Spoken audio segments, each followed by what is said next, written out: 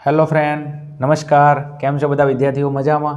ચાલો આપણે ધોરણ 12 કોમર્સની અંદર એકાઉન્ટની અંદર આપણે ચેપ્ટર નંબર 2 ભાગીદારી પેઢીના વાર્ષિક હિસાબો. આના પહેલાં આપણે ખાતાઓની સમજૂતી લીધી, એની અંદર વેપાર ખાતાનો નમૂનો જોયો, નફા નુકસાન ખાતાનો નમૂનો જોયો અને પાકા સરવૈયાનો નમૂનો જોયો. હવે એના પછી આપણે ભાગીદારી પેઢીના વાર્ષિક હિસાબોના દાખલા વિશે અભ્યાસ કરીશું. એમ બીજું, તમે આ વિડીયો જોતા હોય તો સૌથી પહેલાં મેં આગળ ઓલરેડી 4 વિડીયો અપલોડ કરેલા છે, તો સૌથી પહેલાં એને જોતા હો. કારણ જો તમને ચેપ્ટરની અંદર આવતી બેઝિક અમુક એન્ટ્રીઓ, અમુક એવા નિયમો જ્યાં સુધી તમને નહીં આવડે ત્યાં સુધી દાખલો નહીં આવડે. કારણ આમાં એન્ટ્રી મેન છે કે એન્ટ્રી કયા ખાતામાં કઈ જગ્યાએ મૂકવી, ઉધાર બાજુ કેમ આવે છે, જમા બાજુ કેમ આવે છે, વેપાર ખાતામાં કેમ આવે છે, નફા નુકસાન ખાતામાં કેમ આવે છે, ફાળવણી ખાતામાં કેમ આવે છે, મૂડી ખાતામાં કેમ આવે છે, પાકા શેરમાં કેમ આવે છે. દરેક વસ્તુ મેં તમને પોઈન્ટ ટુ પોઈન્ટ આગળ ઓલરેડી 4 વિડીયોની અંદર અપલોડ કરેલી છે. જો આ જોતા હો પહેલાં એને જોતા હો તો થોડી મજા આવશે. ચલો આપણે આજે આ વિડીયોની અંદર ઉદાહરણ 1 ઉપર જોઈશું. ધ્યાન આપજો. ઉદાહરણ 1 ની અંદર રામ અને શ્યામ 6:4 પ્રમાણમાં નફો નુકસાન વેચતા એક ભાગીદારી પેઢીના ભાગીદારો છે. તો અહીંયા પેઢીની અંદર 2 ભાગીદારો છે, રામ અને શ્યામ. તો રામ અને શ્યામ ભેગા મળી અને એક ભાગીદારી પેઢી બનાવે છે અને એમને નક્કી કર્યું કે આપણો નફો નુકસાન કયા પ્રમાણે વેચ્યું, 6:4 પ્રમાણમાં. તો મૂડી ખાતાની અંદર આપણે 2 કોલમ બનાવીશું, રામ અને શ્યામનું, કારણ 2 ભાગીદારો છે. અને જ્યારે ફાળવણી ખાતેથી આપણને નફો અને નુકસાન મળશે એને આપણે 6:4 પ્રમાણમાં વિભાજન કરીશું. આગળ તારીખ 31/2017 રોજના નીચે આપેલા કાચા સરવૈયાને હવાલા પરથી ભાગીદારી પેઢીના વાર્ષિક હિસાબો તૈયાર કરો. તો તમને એક આપેલું છે કાચું સરવૈયું અને એક આપેલા છે હવાલા. આ કાચા સરવૈયાને હવાલામાંથી તમારે ભાગીદારી પેઢીના વાર્ષિક હિસાબો તૈયાર કરવાના છે. બીજું, કેટલા ખાતા તૈયાર કરવાના, કયા ખાતા તૈયાર કરવાના આ આપણે કીધું નથી. આ આપણે કાચા સરવૈયા ઉપરથી ડિસાઇડ કરીશું. એમ ચલો જોઈએ. આપણે પહેલું અહીંયા આપ્યું છે રામ અને શ્યામની ભાગીદારી પેઢીનું 31/3/2017 રોજનું કાચું સરવૈયું. અહીંયા આપણે કાચું સરવૈયું આપેલું છે. બીજું, આ ખાતાઓના બાકીઓના પત્રકને કાચું સરવૈયું કહેવામાં આવે છે. કાચું સરવૈયું તમને દાખલામાં 2 પ્રકારે આપશે, એક ખાતા સ્વરૂપે આપશે, એક પત્રક સ્વરૂપે આપશે. જો ઉધાર બાકીઓ રકમ, જમા બાકીઓ રકમ, તો આ ખાતાનું સ્વરૂપ છે. ઉધાર બાકી, જમા બાકી અને રકમનું એક જ કોલમ હોય તો એ પત્રકનું સ્વરૂપ છે. જો ઉધાર બાકીઓ રકમ, જમા બાકીઓ રકમ ખાતા સ્વરૂપે આલે તો વિદ્યાર્થી મિત્રો તમને થોડું ઇઝી પડશે. ઓકે, પણ જો તમને પત્રક સ્વરૂપે આપે તો તમને બાકી વિશે ખબર હોવી જોઈએ. બીજું, ઉધાર બાકી વિશે તમને થોડી વાત કહી દઉં તો ઉધાર બાકી એક હશે તમારી મિલકતોની અને એક તમારા ખર્ચાની. ઓકે, તો આ ઉધાર બાજુ જેટલી પણ એન્ટ્રીઓ આપેલી છે એ હશે તમારી મિલકતો અને એ હશે તમારા ખર્ચા, કારણ કે મિલકત અને ખર્ચાની ઉધાર બાકી છે. જમા બાજુ જે હશે એ તમારા હશે એક દેવા અને એક હશે તમારી આવકો, કારણ દેવા અને આવકોની હંમેશા જમા બાકી હોય છે. એટલે જમા બાજુની અંદર જેટલી એન્ટ્રીઓ આપેલી છે એક હશે પેઢીના દેવા અને એક હશે પેઢીની આવકો. ચલો ઉધાર બાજુ પર જઈએ. આપણે હાલ પહેલાં એકવાર એન્ટ્રી અને હવાલાને વાંચી દઈએ અને હવાલા વાંચ્યા પછી એને પેન્સિલથી આપણે ટીક મારી દઈએ તો જેના કારણથી આપણને ખબર પડે. ચલો પહેલું આપેલું છે ઉપાડ. હવે ઉપાડ એ શું ગણાય છે? ખર્ચ ગણાય છે. શું ગણાય છે? ખર્ચ ગણાય છે ભાગીદારો માટે. ઓકે, તો આ ઉપાડ એ આપણે મૂડી ખાતાની ઉધાર બાજુ લખીશું. બીજું, આ દાખલાની અંદર તમને અસ્થિર પદ્ધતિનો દાખલો છે, મૂડી ખાતા છે, ચાલુ ખાતા નથી, એટલે ચાલુ ખાતાની હું કોઈ વાત કરતો નથી. તો ઉપાડ ક્યાં લખીશું આપણે? મૂડી ખાતાની ઉધાર બાજુ. કારણ કે ભાગીદાર માટે ખર્ચ છે, ભાગીદારના બધા ખર્ચા મૂડી ખાતાની ઉધાર બાજુ લખશું અને ભાગીદારની બધી આવકો મૂડી ખાતાની જમા બાજુ લખશું. ઉપાડ ભાગીદાર માટે ખર્ચ છે, ક્યાં લખશું? મૂડી ખાતાની ઉધાર બાજુ. એના પછી નેક્સ્ટ છે દેવાદારો. હવે દેવાદારો શું છે? મિલકત છે અને મિલકત ક્યાં લખશું આપણે? મિલકત અને લેણા બાજુ. અને દેવાદારો ધંધાની ચાલુ મિલકત છે. એના પછી નેક્સ્ટ છે સ્ટોક 1/4/16. તો સ્ટોક 1/4/16, 1/4 એટલે શરૂની તારીખ છે. તો આ કયો સ્ટોક હશે? શરૂનો સ્ટોક. અને શરૂનો સ્ટોક ક્યાં લખશું આપણે? વેપાર ખાતાની ઉધાર બાજુ પહેલી લીટીની અંદર. એન્ટ્રીઓ જ્યારે મેં સમજાવી હતી ત્યારે દરેક વસ્તુ આ તમને સમજાયેલી છે કે કઈ એન્ટ્રી ક્યાં મૂકવી. એના પછી વેચાણ માલ પરત. હવે વેચાણ માલ પરત વેચાણમાંથી બાદ થાય એટલે વેચાણ ક્યાં આપેલું છે? તમને જમા બાજુ વેચાણ આપેલું છે. જો અહીંયા કેટલું આપેલું? 78,150. અને વેચાણમાંથી જે વેચેલો માલ પાછો આવે છે 1,000, એને તમે શું કરશો? બાદ કરશો. તો વેચાણમાંથી વેચાણ માલ પરત શું કરીશું આપણે? બાદ કરીશું. એના પછી રોકડ શિલક. ઉધાર બાકી છે, રોકડ શિલક આપણા ધંધાની મિલકત છે તો એને ક્યાં લખીશું? મિલકત અને લેણા બાજુ લખીશું. એના પછી ખરીદી ધંધાનો ખર્ચો છે તો ખરીદી ક્યાં લખશું? વેપાર ખાતાની ઉધાર બાજુ. શરૂઆતના સ્ટોકના નીચે શું લખીશું? ખરીદી. એના પછી આપેલ વટાવ ધંધાનો ખર્ચો છે તો એને ક્યાં લખીશું? નફા નુકસાન ખાતાની ઉધાર બાજુ. એના પછી ઘાલખાત ધંધાનું નુકસાન છે તો આ ક્યાં લખીશું? નફા નુકસાન ખાતાની ઉધાર બાજુ. ફોર્મેટ બનાવશું આપણે ઘાલખાતનું. દરેક દાખલામાં ઘાલખાતનું ફોર્મેટ બનાવીશું આપણે. આગળ યંત્રો અને ઓફિસના કીધું છે તો આનો ઘસારો ક્યાં જશે? નફા નુકસાન ખાતાની ઉધાર બાજુ. જો યંત્રો કારખાનાના કીધા હોય તો આનો ઘસારો ક્યાં જાય? વેપાર ખાતાની ઉધાર બાજુ. તો આ યંત્રો ઓફિસના તમને આપેલા છે તો આ ક્યાં જશે? મિલકત છે તો આ યંત્રો મિલકત અને લેણા બાજુ મૂકીશું, કારણ યંત્રો શું છે? તમારી મિલકત છે ધંધાની. યંત્રો પર ઘસારો. જો હવાલો છે તો યંત્રોનો ઘસારો પ્લસ કરી અને મિલકતની શરૂની બાકી લાવશો. બીજું, જો કદાચ હવાલો યંત્રો ઉપર નહીં હાલે તો યંત્રો આપણે મિલકત લેણા બાજુ બહારના કોલમમાં મૂકીશું અને યંત્રોનો ઘસારો આપણે નફા નુકસાન ખાતાની ઉધાર બાજુ લખીશું.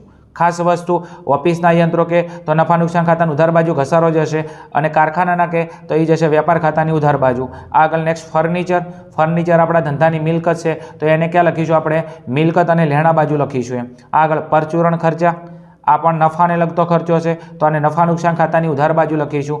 ભાડાપટ્ટાનું મકાન, બીજું ભાડેથી મિલકત રાખેલી છે અને 4 વર્ષ માટે તો આ ગુપ્ત હવાલો છે. અને બીજું મકાન છે તો મકાન મિલકત છે આપણી તો આને મિલકત લેણા બાજુ લખીશું. આગળ ભાગડી આપણા ધંધાની અદ્રશ્ય મિલકત છે તો એને ક્યાં લખીશું? ભાગડી મિલકત ગણી મિલકત લેણા બાજુ લખીશું. વેપાર ખર્ચ નફાને લગતો ખર્ચો છે, નફા નુકસાન ખાતાની ઉધાર બાજુ લખીશું.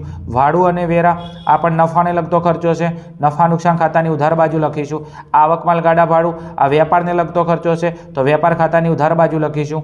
બેંક વ્યાજ નાણાકીય ખર્ચો છે. ઓકે, તો બેંક વ્યાજ ક્યાં લખીશું? આપણે નફાને લગતો ખર્ચો છે, નાણાકીય ખર્ચો છે અને વ્યાજને લગતા બધા ખર્ચા નફા નુકસાન ખાતાની ઉધાર બાજુ આવે તો બેંક વ્યાજ ક્યાં લખીશું? નફા નુકસાન ખાતાની ઉધાર બાજુ. આગળ વીમા પ્રીમિયમ આપણા ધંધાને નફાને લગતો ખર્ચો છે. કયો? નફાને લગતો એક વહીવટી ખર્ચો છે તો વીમા પ્રીમિયમ ક્યાં લખીશું? નફા નુકસાન ખાતાની ઉધાર બાજુ. એના પછી નેક્સ્ટ છે પગાર પણ નફાને લગતો ખર્ચો છે અને વહીવટી ખર્ચ છે તો વહીવટી ખર્ચા બધા ક્યાં જાય? નફા નુકસાન ખાતાની ઉધાર બાજુ. બીજું ખાલી મજૂરી આપેલું છે તો મજૂરી આપણો વેપારને લગતો ખર્ચો છે તો મજૂરી ક્યાં લખીશું? વેપાર ખાતાની ઉધાર બાજુ. બીજું અગાઉથી ચૂકવેલો વીમો છે. અગાઉથી કોઈ પણ ખર્ચો ચૂકવીએ તો એ મિલકત લેણા બાજુ આવે, કારણ એ આપણા ધંધાની મિલકત ગણાય. અને બીજું કાચા સરૈયામાં હાલે તો એની એક જ અસર આવે, મિલકત અને લેણા બાજુ. અગાઉથી ચૂકવેલા ખર્ચા, એમાં અગાઉથી ચૂકવેલો વીમો છે તો ક્યાં આવે? મિલકત અને લેણા બાજુ. જ્યારે ફોર્મેટ ચાલતું ત્યારે સમજાયું હતું કે મળવાની બધી આવકો અને અગાઉથી ચૂકેલા ખર્ચા એ ક્યાં આવશે? મિલકત અને લેણા બાજુ. ચલો, ઉધાર બાજુની એન્ટ્રી પતી ગઈ. બીજું, આ ઉધાર બાજુ જેટલી એન્ટ્રી આપી લીધી આ બધા ખર્ચા હતા, આ બધી મિલકતો હતી. કારણ કે ઉધાર બાકી હોય તો એ મિલકત અને ખર્ચા હોય, કારણ કે એની ઉધાર બાકી હોય છે. ચલો, જમા બાજુ પર આવતા રહો. ચલો, જમા બાકી કોની હોય? દેવા અને આવકની. તો આ તમને જમા બાજુ આપેલા છે એ કો તો દેવા છે કો તો આવકો છે. ચલો, પહેલા નંબરમાં છે મૂડી.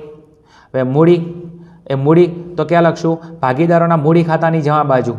આપણે અલગથી ભાગીદારોના મૂડી ખાતા બનાવીશું, એમાં મૂડી જમા બાજુ લખીશું, કારણ કે મૂડીની હંમેશા જમા બાકી હોય તો ભાગીદારના મૂડી ખાતાની જમા બાકી લખીશું. બાકી આગળ લાવ્યા. ચલો, લેણદારો ધંધાનું ચાલુ દેવું છે અને દેવું ક્યાં આવે? મૂડી અને દેવા બાજુ. બીજું ખરીદ માલ પરત. આ ખરીદ માલ પરત આપણે ખરીદીમાંથી બાદ કરીશું. અહીંયા જો ખરીદી હતી, જુઓ તમે આ રી ખરીદી, તો આ ખરીદીમાંથી શું બાદ કરીશું? ખરીદ માલ પરત બાદ કરીશું. વેચાણમાંથી વેચાણ માલ પરત બાદ થાય, ખરીદમાંથી ખરીદ માલ પરત બાદ થાય. ઓકે, આગળ નેક્સ્ટ બેંક ઓવરડ્રાફ્ટ આપણા ધંધાનું ચાલુ દેવું છે તો દેવું ક્યાં આવે? મૂડી અને દેવા બાજુ. વેચાણ આપણી વેપારને લગતી આવક છે તો વેચાણ ક્યાં લખીશું? આપણે વેપાર ખાતાની જમા બાજુ. ઘાલખાત અનામત. હવે ઘાલખાત અનામત અને આ શેમાં આપેલી છે? કાચા સરવૈયાની અંદર. તો ઘાલખાત અનામત કાચા સરવૈયાની, અને આપણે ઘાલખાતનું આપણે ફોર્મેટ બનાવીશું અને ઘાલખાત અનામત કાચા સરવૈયાની છે તો આ બાદ કરવાવાળી છે. ઓકે, જ્યારે ફોર્મેટ આવશે એમની અંદર ધ્યાન આપીશું. ચલો, મજૂરીના બાકી દેવા તો આને કહેવાય છે ચૂકવવાની બાકી મજૂરી. આને શું કહેવાય? ચૂકવવાની બાકી મજૂરી. અને ચૂકવવાની બાકી મજૂરી તો આજે ને તો કાલે ચૂકવવી પડશે તો એ ધંધાનું દેવું ગણાય અને દેવું શું આવે? મૂડી અને દેવા બાજુ. અને બીજું કાચા સરવૈયામાં છે તો એક જ અસર આવશે. ઓકે, આગળ ગીતાની 8% લોન. ગીતાએ આપણને 8% લોન આપી છે તો આ શું કહેવાય? દેવું ગણાય અને દેવું ક્યાં આવે? મૂડી અને દેવા બાજુ. ઓકે, અને ગીતા કોણ છે? તો અહીંયા ભાગીદાર નથી, કારણ કે ભાગીદારમાં રામ અને શ્યામ છે, તો ગીતા ત્રાહિત વ્યક્તિ છે, તો ત્રાહિત વ્યક્તિની લોન આપેલી છે, તો લોન ક્યાં લખશું? મૂડી અને દેવા બાજુ. અને બીજું 8% આપેલા છે, તો ગીતાની લોન પર આપણે 8% વ્યાજ આપીશું. કઈ તારીખે લોન આપી છે? 1/10/16, તો 1/10/16 થી 31/3/17 એટલે 6 મહિનાનું આપણે ગીતાને વ્યાજ આપવું પડશે. કેટલા ટકા લેખે? 8% લેખે. આગળ નેક્સ્ટ દેવી હુંડી. આ દેવી હુંડી ધંધાનું ચાલુ દેવું છે, તો આ ક્યાં લખીશું? દેવું મૂડી અને દેવા બાજુ લખીશું. ચલો આગળ નેક્સ્ટ એના પછી હવાલા ઉપર ફોકસ કરીએ આપણે. ચલો પહેલો હવાલો, આખર માલનો સ્ટોક 45,000 છે, જેની બજાર કિંમત 10% વધુ છે. ઓકે. બીજું, આખર માલના સ્ટોકની હંમેશા ઓછી કિંમત તમારે ધ્યાનમાં લેવી. આખર માલના સ્ટોક વિશે તાવેજ મગજમાં ફિટ કરી નાખો કે આખર માલના સ્ટોકની ચોપડે કિંમત અને બજાર કિંમતમાંથી જે કિંમત ઓછી હોય ધ્યાનમાં લઈશું. તમે જો આખર સ્ટોક 45,000 છે, જેની બજાર કિંમત 10% વધુ છે. વધુ ધ્યાનમાં લેવરાય નહીં, તો આખર માલનો સ્ટોક કેટલો ગણાશે આપણો? 45,000. અને આખર માલનો સ્ટોક હવાલામાં આપેલો, તેની 2 અસર વેપાર ખાતાની જમા બાજુ અને પાકા શેરમાં મિલકત અને લેણા બાજુ લખીશું. ઓકે. આગળ નેક્સ્ટ. ચલો, ભાગીદારોની મૂડી પર વાર્ષિક 5% વ્યાજ આપવાનું છે અને ઉપાડ પર 10% લેખે વ્યાજ આપવાનું છે. તો મૂડી અને ઉપાડ ઉપર આપણે ટીક કરી દઈએ. અને કયા નંબરનો હવાલો છે? બીજા નંબરનો હવાલો છે. તો અહીંયા તમને આપેલું છે ઉપાડ અને અહીંયા મૂડી, તો આના ઉપર બીજા નંબરનો હવાલો આપેલો છે, અહીંયા બગડો કરી દઈશું. જે હવાલા આપેલા છે એને ખાસ ધ્યાન લઈશું. બીજા નંબરનો હવાલો એક મૂડી અને ઉપાડને અસર કરે છે. આગળ નેક્સ્ટ એના પછી હવાલા નંબર આગળ જોઈશું આપણે 3. યંત્રો અને ફર્નિચર ઉપર 5%, યંત્રો ઉપર 10% અને ફર્નિચર પર 5%. તો યંત્રો અને ફર્નિચર પર ઘસારો ગણવાનો છે, તો એક યંત્રો ઉપર ટીક કરી દઈએ અને ફર્નિચર ઉપર ટીક કરી દઈએ. કયા નંબરનો હવાલો? ત્રીજા નંબરનો. તો અહીંયા યંત્રો અને ફર્નિચર તમને આપેલું હતું, તો અહીંયા તમે જુઓ આ રહ્યું ફર્નિચર, તો એના અમે ચોથા નંબરનો હવાલો. અને અહીંયા યંત્રો, આ પણ ચોથા નંબરનો હવાલો છે. તો બીજું જે હવાલો હોય તો એ એન્ટ્રીને આપણે અંદરના કોલમમાં મૂકીશું, કારણ એના ઉપર હવાલો છે એવું સૂચવે છે, તો તમારે ભૂલ ના પડે એમ. ચલો આગળ જાઉં છે. એના પછી નેક્સ્ટ, દેવાદારો પર 5% ઘાલખાત અનામતની જોગવાઈ કરો. દેવાદારો પર 5% ઘાલખાત અનામત, તો દેવાદાર ક્યાં છે? તો દેવાદાર તમને અહીંયા આપેલા છે ઉધાર બાજુની અંદર જુઓ, કારણ કે મિલકત છે, આ રહ્યા દેવાદારો. તો એને 5મા નંબરનો કયા નંબરનો? ચોથા નંબરનો હવાલો અસર કરશે. કયા નંબરનો? ચોથા નંબરનો. આ ત્રીજા નંબરનો હવાલો હતો, ખાસ ધ્યાન. ઓકે. અને દેવાદારો પર ચોથા નંબરનો હવાલો અસર કરશે એમ. તો અહીંયા તમને દેવાદારો આપેલા હતા નંબર 4ની અંદર, તમે જો એના ઉપર અસર કરશે અને ટીક કરી નાખીએ છીએ. ચલો આગળ જવું છે. એના પછી નેક્સ્ટ. ચલો, ચૂકવવાના બાકી ખર્ચા, એમાં પગાર, પરચુરણ ખર્ચા અને ભાડું. એટલે કયા કયા ખર્ચા ચૂકવવાના બાકી છે? એક પગાર ચૂકવવાનો બાકી છે 500 રૂપિયા, એક પરચુરણ ખર્ચા 150 ચૂકવવાના બાકી છે અને ભાડું 100 ચૂકવવાનું બાકી છે 150. તો આ ત્રણેય ઉપર ટીક કરી દઈએ. એક પગાર, તો આ પગાર ઉપર કયા નંબરનો હવાલો છે? 5મા નંબરનો. તો એક પગાર ઉપર 5 નંબર પાડી દઈએ. બીજા નંબરની અંદર પરચુરણ ખર્ચા, તો તમને આપેલા છે એક ભાડું, તો અહીંયા જો ભાડું અને વેરા આપેલા છે, તો ભાડું અને વેરા એના ઉપર પણ તમે નંબર પાડી દો 5. અને બીજું છે પરચુરણ ખર્ચા, તો પરચુરણ ખર્ચા તમને અહીંયા આપેલા છે, તો એના ઉપર નંબર પાડી દો 5. ઓકે. તો 5મા નંબરનો હવાલો 3 જગ્યાએ અસર કરે છે. એક પગાર ઉપર હવાલો છે, એક ભાડું અને વેરા ઉપર હવાલો છે, અને એક હવાલો છે કોના ઉપર છે? પરચુરણ ખર્ચા ઉપર. ઓકે. આગળ નેક્સ્ટ. એના પછી તમને 6થા નંબરનો હવાલો શું કહે છે? ભાગીદારી કરારનામામાં જોગવાઈ પ્રમાણે નુકસાન હોય તો પણ વ્યાજ ચૂકવવા, મૂડી પર વ્યાજ ચૂકવવાનું છે. બીજી એક વસ્તુ ખાસ, પેઢી નફો કરે કે પેઢી નુકસાન કરે, મૂડી વ્યાજ તો હંમેશા ચૂકવવું જ પડે છે. મૂડી વ્યાજને નફા નુકસાનને કોઈ લેવા દેવા નથી. ભાગીદારે પેઢીમાં પૈસા આપેલા છે, તો એવી કોઈ કન્ડિશન કરી નથી આપેલા કે નફો થાય તો મૂડી વ્યાજ આપજો. ઓકે. નફો થાય કે નુકસાન થાય તો મૂડી પર વ્યાજ તો ચૂકવવું જ પડશે. તો આ તમને ઉલ્લુ બનાવવા માટે આપેલું છે, અને ધ્યાનમાં લેવાની કોઈ જરૂર નથી. ઓકે. મૂડી વ્યાજ તો આપણે ચૂકવવું જ પડશે. ઓકે. કેટલા ટકા લેખે કીધું હતું? અહીંયા 5% લેખે મૂડી વ્યાજ કીધું હતું. ઓકે. ચલો હડો આગળ. હવે આપણે લાઇનસર એન્ટ્રી મૂકતા જઈશું એમ. જે એન્ટ્રી જે ખાતામાં આવે એ ખાતાની અંદર આપણે એન્ટ્રી મૂકીશું એમ. ચલો ધ્યાન આપજો, ખાસ મજા આવશે. હવે શાંતિ શાંતિ શાંતિ શાંતિ ધ્યાન આપજો એમ. ચલો પહેલાં ખાસ વસ્તુ, દાખલાની શરૂઆત ક્યાંથી કરીશું? તો વિદ્યાર્થી મિત્રો, તમારા દાખલાની શરૂઆત કરવાની બાકીઓથી. ક્યાંથી શરૂઆત કરીશું? બાકીઓથી. તો બાકીઓની અંદર સૌથી પહેલાં તમારે મૂડી અને ઉપાડની બાકી મૂકી દેવાની. ચલો, તો પહેલાં આપણે મૂડી ખાતું, કયું મૂડી ખાતું છે આપણી જોડે? ઓકે. તો મૂડી ખાતાની અંદર પહેલાં આપણે બાકી મૂકી દઈશું એમ. અને મૂડીની હંમેશા કઈ બાકી હોય? જમા બાકી હોય. ઓકે. તો બીજું, સૌથી પહેલાં આપણે ખાતા તૈયાર કરેલા છે, એક વખત જોઈ લઈએ કે ખાતા કઈ રીતના તૈયાર કરેલા છે. તો અહીંયા તમે જોઈ શકો છો સૌથી પહેલાં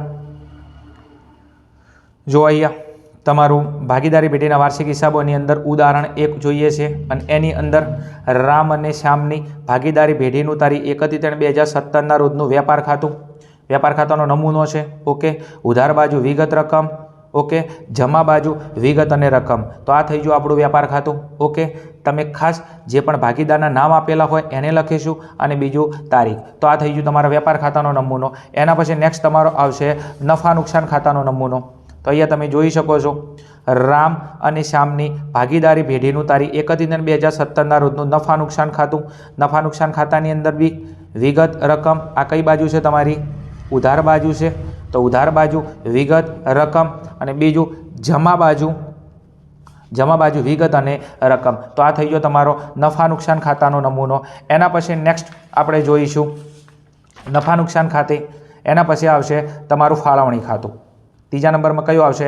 ફાળવણી ખાતું. તો રામ અને શ્યામની ભાગીદારી પેઢીનું તારીખ 31/3/2017ના રોજનું નફા નુકસાન ફાળવણી ખાતું. ફાળવણી ખાતાની બે બાજુ ઉધાર બાજુ અને જમા બાજુ. ઓકે, તો ઉધાર બાજુ વિગત રકમ, જમા બાજુ વિગત અને રકમ. તો આ થઈ ગયું તમારું ફાળવણી ખાતું. બીજું ફાળવણી ખાતું અને મૂડી ખાતું તમે હંમેશા એક જ પેજમાં બનાવશો. ખાસ ફાળવણી ખાતા પછી તરત તમારું મૂડી ખાતું આવશે અને એને તમે એક જ પેજમાં બનાવજો તો અસર આપવામાં તમને તકલીફ ના પડે. તો અહીંયા છે ભાગીદારોના મૂડી ખાતા. તો આ બાજુ ઉધાર બાજુ વિગત, બે ભાગીદારો રામ અને શ્યામ. જમા બાજુ વિગત, બે ભાગીદારો રામ અને શ્યામ. તો ઉધાર બાજુ વિગત રામ શ્યામ, જમા બાજુ વિગત રામ શ્યામ. તારીખનું કોલમ નથી બનાવતો, નહીં બનાવો તો ચાલશે, એક ટાઈમ વાંધો નહીં. ઓકે, બીજું ફાળવણી ખાતું મૂડી ખાતું તમે એક જ પેજમાં બનાવશો અને એના પછી લાસ્ટ એન્ડ ફાઇનલની અંદર તમારું ખાતું આવશે પાકું સરવૈયું. કયું આવશે? પાકું સરવૈયું. તો અહીંયા મેં પાકું સરવૈયું તૈયાર કરેલું, ધ્યાન આપજો. રામ અને શ્યામની ભાગીદારી પેઢીનું તારીખ 31/3/2017ના રોજનું પાકું સરવૈયું. ઓકે, પાકા સરવૈયામાં મૂડી દેવા રકમ રૂપિયામાં, મિલકત લેણા રકમ અને રૂપિયાની અંદર. તો આ થઈ જાય આપણા ખાતા વિશેની વાત. ટોટલ કેટલા ખાતા? પહેલું વેપાર ખાતું, બીજું નફા નુકસાન ખાતું, આ બંને અલગ પેજમાં. ત્રીજા નંબરની અંદર નફા નુકસાન ફાળવણી ખાતું, ચોથા નંબર ભાગીદારોના મૂડી ખાતા અને પાંચમા નંબરની અંદર આવશે પાકું સરવૈયું. ઓકે, એટલે ટોટલ વેપાર ખાતું 1, નફા નુકસાન ખાતું 2, ફાળવણી ખાતું 3, મૂડી ખાતું 4 અને પાકું સરવૈયું 5. તો ટોટલ કેટલા ખાતા આવે? 5. પછી એવું ના થાય પેપરની અંદર બેઠા કેટલા ખાતા આવે સાહેબ? 15 ખાતા આવે. 15 ખાતા બરોબર છે, એટલે એવો પ્રશ્ન ના ઊભો થાય એમ. ઓકે, જો ચાલુ ખાતું ના આવે એટલે કે અસ્થિર પદ્ધતિનો દાખલો હોય તો 5 ખાતા આવશે અને જો ચાલુ ખાતું આવે એટલે કે સ્થિર પદ્ધતિનો દાખલો હોય તો ટોટલ 6 ખાતા આવશે. ઓકે, અને બીજું ચાલુ ખાતું હશે, મૂડી ખાતું નહીં બનાવો ચાલશે, મૂડી સીધી લખી દેવાની પાકા સરવૈયાની અંદર. ઓકે, ચલો હવે દાખલાની શરૂઆત કરવી છે. તો દાખલાની શરૂઆત તમારે કરવા માટે સૌ પહેલાં તમારે મૂડીની બાકી મૂકવાની. તો મૂડી તમને અહીંયા આપેલી છે. જો મૂડીની હંમેશા જમા બાકી હોય કારણ કે ધંધા માટે દેવું છે. તો મૂડી રામ અને શ્યામ 80,000 અને 70,000. તો મૂડી ખાતાની જમા બાજુ લખીશું. ઓકે, 80 અને 70. તો મૂડી ખાતાની જમા બાજુ અહીંયા લખી દઈશું. તો જમા બાજુ બાકી આગળ લાવ્યા, બાકી આગળ લાયા અને મૂડીની બાકી તમને આપી લીધી 80,000 અને 70,000. આ લાયા, શું લાયા? કાંઈ નહીં લાયા. પેટ ભરાઈ રહ્યું છે, નથી ખાવું. હવે આગળ હેડો નેક્સ્ટ. ચલો પહેલાં મૂડીની બાકી, હવે ઉપાડની બાકી. ચલો તો ઉપાડ અહીંયા લખીશું. ઉપાડ તમને આપેલો છે. જો ઉપાડની બાકી, ઉપાડની ઉધાર બાકી હોય કારણ કે ખર્ચો ગણાય. તો ઉપાડ કેટલો છે? 18,000 અને 16,000. તો ઉપાડ લખવાનો મૂડી ખાતાની ઉધાર બાજુ અહીંયા લખી નાખો ઉપાડ ખાતે. શું લખી નાખો? ઉપાડ ખાતે. ઉપાડ કેટલો આપેલો હતો? 18,000 અને 17,000. ચલો ઉપાડ પતી ગયો. ચલો હવે શું કરવાનું? હવે કશું નહીં, લાઈન છર એન્ટ્રીઓ લેવાની. ચલો તો હવે લાઈન છર આપણે એન્ટ્રીઓ લઈએ. ચલો એના પછી દેવાદારો. હવે દેવાદારો અહીંયા લખેલા છે, તમે જો ચોથા. બીજું એના ઉપર નંબર પાડેલો છે, ટીક કરેલું છે. આ દેવાદારો અંદરના કોલમમાં લખીશું. ચમ? કારણ કે એના ઉપર હવાલો છે. જે એન્ટ્રી ઉપર ટીક કરેલું હોય, નંબર પાડેલો હોય, તમારે એવું સમજવાનું કે આના ઉપર હવાલો છે. આને અંદરના કોલમમાં લખીશું કારણ આમાં પ્લસ માઇનસ કરવું પડશે. તો દેવાદારો આપણે લખીશું છે એમાં પાકા સરવૈયાની અંદર. તો પાકું સરવૈયું આપણે જોડે છે અને દેવાદારો કેટલા છે? 45,000 છે. તો 45,000 મિલકત લેણા બાજુ લખીશું કારણ દેવાદારો આપણા ધંધાની મિલકત છે. તો મિલકત અને લેણા બાજુ 50-50 અડધમાં દેવાદારો લખી નાખીશું. તો અહીંયા લખી નાખીશું આપણે દેવાદારો. અને દેવાદારો તમને કેટલા આપેલા હતા? 45,000 રૂપિયા આપેલા હતા. તો આ દેવાદારો તમે મિલકત લેણા બાજુ લખશો કેટલા? 45,000. દેવાદારો તમે જુઓ ક્યાં લખ્યા મેં પાકા સરૈયાની અંદર અને કઈ બાજુ મિલકત અને લેણા બાજુ, કારણ એ ધંધાની મિલકત છે એટલા માટે. ચલો આગળ નેક્સ્ટ તમને શું આપેલું છે સ્ટોક 1/4/16. હવે 1/4/16 શરૂનો સ્ટોક કેટલો આપેલો છે 25,000. શરૂઆતનો સ્ટોક જો જાય વેપાર ખાતાની ઉધાર બાજુ તો આને આપણે ક્યાં લખીશું વેપાર ખાતાની ઉધાર બાજુ. તો કેટલો સ્ટોક આપેલો છે તમને સ્ટોક આપેલો છે 25,000 તો એને લખીશું વેપાર ખાતાની ઉધાર બાજુ. તો આ આવી જો આપણું વેપાર ખાતું અને અહીંયા લખી નાખું છું શરૂનો સ્ટોક, શરૂનો સ્ટોક કૌંસમાં 1/4 એટલે શરૂનો સ્ટોક અને કેટલો આપેલો છે 25,000. ઓકે. કોઈ પણ દાખલો હોય આખલો ને દાખલો કોઈ પણ દાખલો હોય ઓકે એમાં વેપાર ખાતાની ઉધાર બાજુ પહેલી લીટીમાં શરૂઆતનો સ્ટોક આવે. ઓકે આગળ નેક્સ્ટ એના પછી નેક્સ્ટ એન્ટ્રી. ચલો વેચાણ માલ પરત. હવે વેચાણ માલ પરત કેટલું આપેલું છે 1,000 રૂપિયા. હવે વેચાણ માલ પરત વેચાણમાંથી બાદ થાય એટલે પહેલાં વેચાણ લાવવું પડશે. તો વેચાણ કેટલું આપેલું છે 78,150 અને વેચાણ ક્યાં આવે વેપાર ખાતાની જ્યાં બાજુ, કારણ વેચાણ એ વેપારને લગતી મુખ્ય આવક છે. તો વેપાર ખાતાની જ્યાં બાજુ 78,150 પહેલાં લખશો વેચાણ 78,150. તો આ રહ્યું વેપાર ખાતું, એની જવા બાજુ લખી નાખું વેચાણ અને અંદરના કોલમમાં કેટલું હતું 78,150. ઓકે. ચલો હવે વેચાણ આવી ગયું છે તો વેચાણમાંથી આપણે શું બાદ કરીશું વેચાણ માલ પરત, અને વેચાણ માલ પરત કેટલું છે 1,000 રૂપિયા. તો વેચાણમાંથી બાદ કરીશું વેચાણ માલ પરત.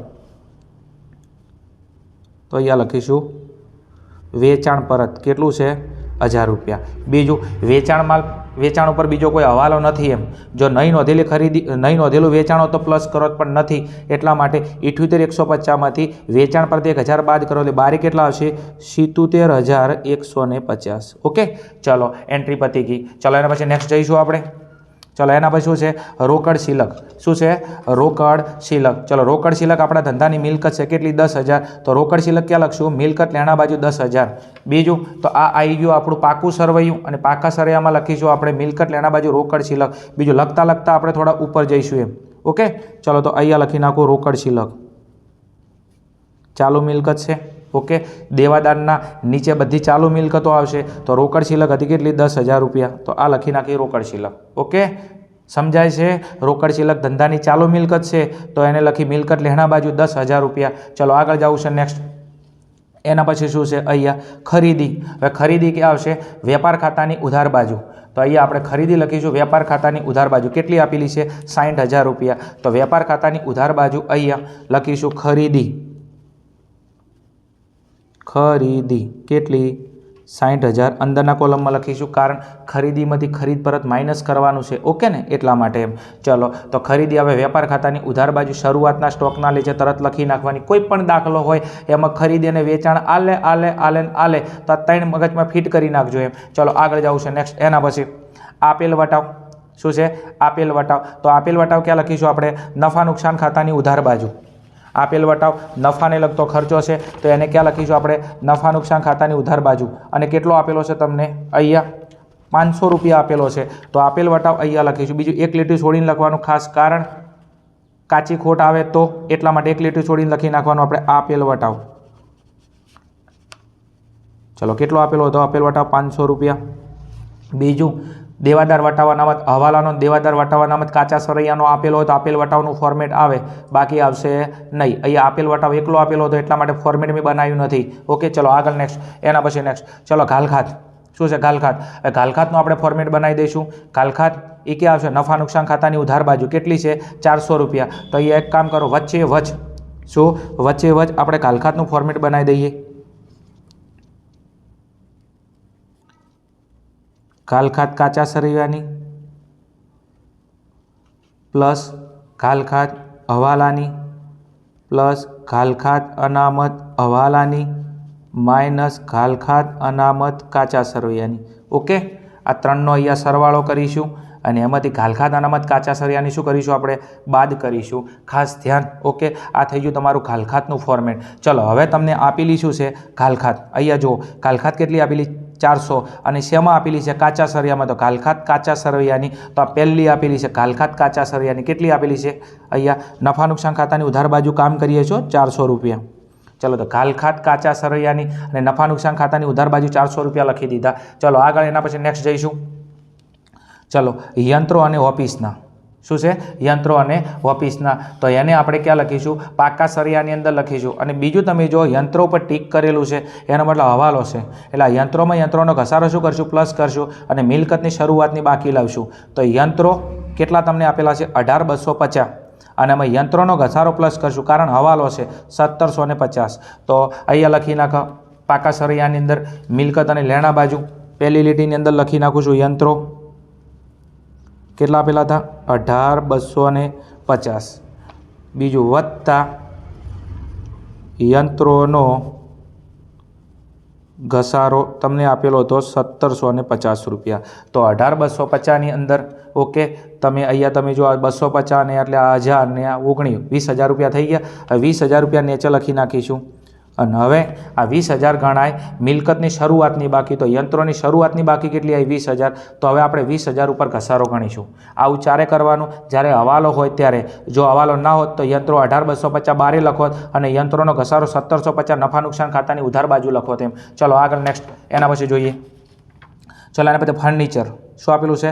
ફર્નિચર. ફર્નિચર કેટલું આપેલું છે? 8,000. હવે ફર્નિચર ઉપર હવાલો છે અને ફર્નિચર આપણી મિલકત છે તેને ક્યાં લખશું? મિલકત અને લેણા બાજુ કેટલા? 8,000 રૂપિયા. કયા કોલમમાં? અંદરના કોલમમાં, કારણ હવાલો છે એટલા માટે. તો યંત્રોને નીચે લખી નાખું ફર્નિચર. પાકા સરિયામાં મિલકત લેણા બાજુ. તો અહીંયા નીચે લખી નાખું છું ફર્નિચર અને કેટલું છે? 8,000 રૂપિયા. હવાલો છે એટલે અંદરના કોલમમાં લખું છું. જો હવાલો ના હોત તો 8,000 રૂપિયા બારે લખી નાખો તેમ. ચલો આગળ જાવું છે નેક્સ્ટ. એના પછી પરચુરણ ખર્ચા. તો પરચુરણ ખર્ચા ક્યાં આવશે? નફા નુકસાન ખાતાની ઉધાર બાજુ. ક્યાં આવશે? નફા નુકસાન ખાતાની ઉધાર બાજુ. ચલો તો પરચુરણ ખર્ચા આપણે લખીશું નફા નુકસાન ખાતાની ઉધાર બાજુ. કેટલા આપેલા છે તમને? અહીંયા 1,500 આપેલા છે. તો અહીંયા લખીશું. બીજું તમે જો પરચુરણ ખર્ચા ઉપર હવાલો છે કારણ અહીંયા ટીક કરેલું છે જો, તો એને અંદરના કોલમમાં લખીશું કેટલા? 1,500 રૂપિયા. તો અહીંયા લખી નાખું પરચુરણ ખર્ચા. નફા નુકસાન ખાતું છે? હા છે. પરચુરણ ખર્ચા કેટલા છે?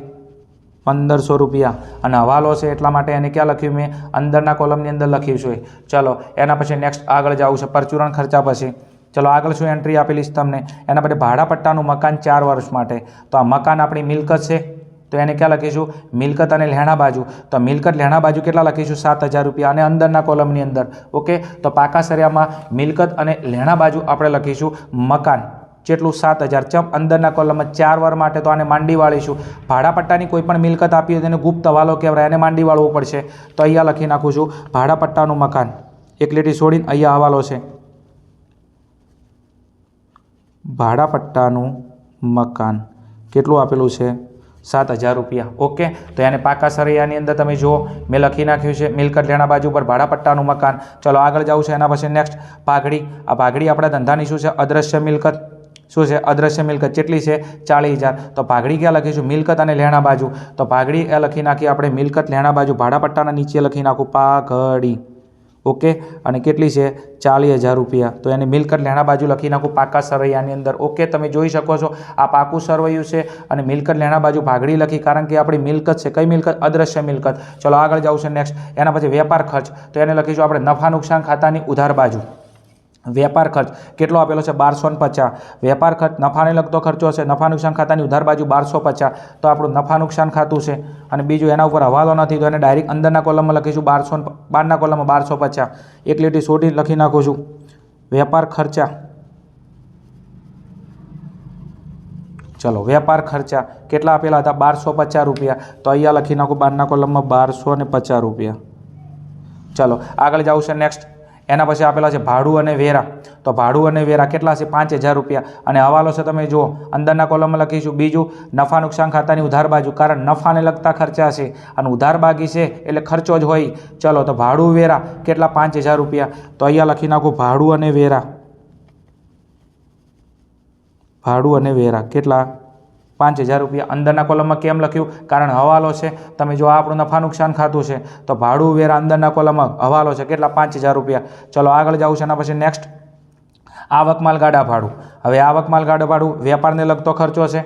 કોને લગતો? વેપારને લગતો ખર્ચો છે. તો વેપાર ખાતાનું ઉધાર બાજુ લખીશું અને કેટલા? 400 રૂપિયા. અને જો હવાલો નથી એટલા માટે બારે લખીશું આવક માલ ગાડા ભાડું જેટલું 400 રૂપિયા. તો આપણે વેપાર ખાતું બનાવેલું છે? હા બનાવેલું છે. થોડી 1-2 લીટી છોડી નાખો. અહીંયા લખી નાખું આવક માલ ગાડા ભાડું.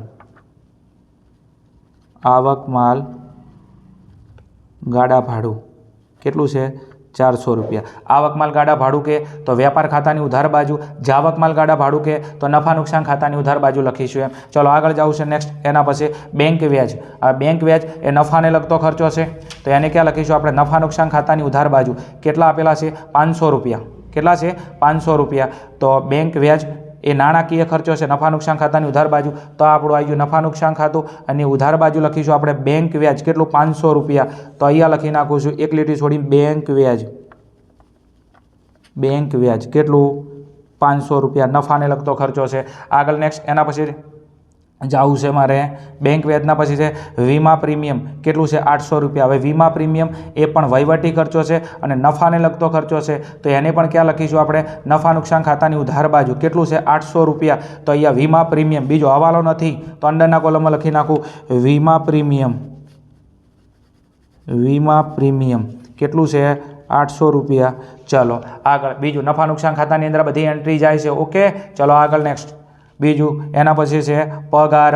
બીજું આ પગાર પણ કયો ખર્ચો છે? વહીવટી ખર્ચો છે. પગાર નફાને લગતો ખર્ચો નફા નુકસાન ખાતાની ઉધાર બાજુ. પગાર કેટલો આપેલો છે? 15000. તો પગાર બીજો હવાલો છે એટલા માટે અંદરના કોલમમાં લખીશું. તો પગાર નફા નુકસાન ખાતાની ઉધાર બાજુ 15000. તો આ રહ્યું આપણું નફા નુકસાન ખાતું અને એની ઉધાર બાજુ આપણે લખીશું પગાર અને અંદરના કોલમમાં કેટલો? 15000 રૂપિયા. ચલો તો આ પગાર આવી ગયો. ચલો અંદરના કોલમમાં કારણ કે હવાલો છે. ચલો એના પછી નેક્સ્ટ આગળ મજૂરી. કેટલી આપેલી? 14000. મજૂરી વેપારને લગતો ખર્ચો છે તો વેપાર ખાતાની ઉધાર બાજુ લખીશું આપણે. કેટલી મજૂરી આપેલી છે? 14000. તો વેપારને લગતો ખર્ચો વેપાર ખાતાની ઉધાર બાજુ લખીશું આપણે મજૂરી. કેટલી છે? 14000. તો આવક માલ ગાડા ભાડું લખ્યું હતું વેપાર ખાતામાં ઉધાર બાજુ. આ વેપાર ખાતું એની ઉધાર બાજુ આવક માલ ગાડા ભાડું. એના નીચે મજૂરી. મજૂરી કેટલી આપેલી છે? આપણે 14000 રૂપિયા આપેલી છે તો મજૂરી લખી દીધી છે. ચલો એના પછી નેક્સ્ટ અગાઉથી ચૂકવેલ વીમો. આ આપણી મિલકત છે. આ આપણી શું છે? મિલકત છે. અગાઉથી કોઈ પણ તમે ખર્ચો ચૂકવો તો એ આપણી મિલકત છે અને કાચા સરવૈયામાં હોય તેની એક જ અસર આવે મિલકત અને લેણા બાજુ. કેટલા છે? 200 રૂપિયા. તો મિલકત લેણા બાજુ અહીંયા આ રહ્યું આપણું પાકું સરવૈયું અને આ મિલકત અને લેણા બાજુ આપણે લખતા ઉપર જતા અને અહીંયા લખી નાખું છું અગાઉથી ચૂકવેલ વીમો. અગાઉથી ચૂકવેલ વીમો. અને અગાઉથી ચૂકવેલ વીમો તમને કેટલો આપેલો હતો? અહીંયા તમને આપેલો હતો 200 રૂપિયા. તો અહીંયા લખી નાખું છું 200 રૂપિયા. ચલો બીજું તમે જોઈ શકો છો અહીંયા એન્ટ્રી પૂરી થાય છે. હવે જમા બાજુનો આપણે વારો લઈએ એમ. બીજું શાંતિઓ. શાંતમ પાપમ. ગભરાવાની ડરવાની કોઈ જરૂર નથી હો. ચલો પહેલાં મૂડી આવી જશે. હવે શું લખીશું આપણે? લેણદારો. ચલો લેણદારો કેટલા આપેલા છે? 35000. બીજું જમા બાકી છે તો જમા બાકી દેવા અને આવકની છે ખાસ. આ બધી એન્ટ્રી જમા બાજુ કો તો દેવું હશે કો તો આવક હશે. ચલો તો લેણદારો ક્યાં લખીશું આપણે? મૂડી અને દેવા બાજુ. તો મૂડી દેવા બાજુ આપણે લેણદારો લખીશું કેટલા? 35000 રૂપિયા. તો આ આવ્યું આપણું પાકું સરવૈયું. આ મૂડી દેવા બાજુ અને દેવાદારો લખ્યા એના એક્ઝેક્ટ હોમે લખી નાખું લેણદારો. કોઈ હવાલો નથી તો 35012ના કોલમમાં લખી નાખું છું. ચલો લેણદારો આવી ગયા. દેવું છે મૂડી દેવા બાજુ. ચલો એના પછી નેક્સ્ટ જવું છે મારે ખરીદ માલ પરત. શું? ખરીદ માલ પરત. કેટલું છે? 1500 રૂપિયા. તો ખરીદ માલ પરત ખરીદીમાંથી બાદ થાય તો વેપાર ખાતાની ઉધાર બાજુ આપણે જે ખરીદી લખેલી છે આ ખરીદીમાંથી ખરીદ માલ પરત 1500 રૂપિયા બાદ કરીશું. ઓકે તો આ લખેલી ખરીદી વેપાર ખાતાની અંદર તો અને અહીંયા લખીશું ખરીદ પરત. શું? ખરીદ પરત 1500 રૂપિયા અને અહીંયા બાદ કરીશું તો અહીંયા કેટલા આવશે? 58500 રૂપિયા. ઓકે તો 58500 રૂપિયા આપણે બારે ખેંચી લેશું. ચલો ખરીદીમાંથી ખરીદ પરત માઇનસ કરી દેવાનો. વેચાણમાંથી વેચાણ પરત માઇનસ કરી દેવાનો. ચલો એના પછી આગળ જવું છે બેંક ઓવરડ્રાફ્ટ. શું આપેલું છે? Bank overdraft. બેંક ઓવરડ્રાફ્ટ આપણું દેવું ગણાય અને દેવું કે આવે મૂડી અને દેવા બાજુ અને બેંક ઓવરડ્રાફ્ટ કેટલો આપેલો છે? 8000. આને કહેવાય બીઓ બેંક ઓવરડ્રાફ્ટ. ધંધાનું ચાલુ દેવું છે અને દેવું કે આવે મૂડી દેવા બાજુ કેટલા? 8000 રૂપિયા. તો આપણું પાકું સરવૈયું છે તો પાકા સરયામાં મૂડી અને દેવા બાજુ અહીંયા લખી નાખું છું બેંક ઓવરડ્રાફ્ટ. બેંક ઓવરડ્રાફ્ટ કૌંસમાં BO અને આ કેટલો આપેલો હતો? આપણને 8000 આપેલો હતો તો બેંક ઓવરડ્રાફ્ટ અહીંયા લખી નાખું છું 8000 રૂપિયા. ચલો બેંક ઓવરડ્રાફ્ટ આવી ગયો. એના પછી નેક્સ્ટ આગળ જવું છે મારે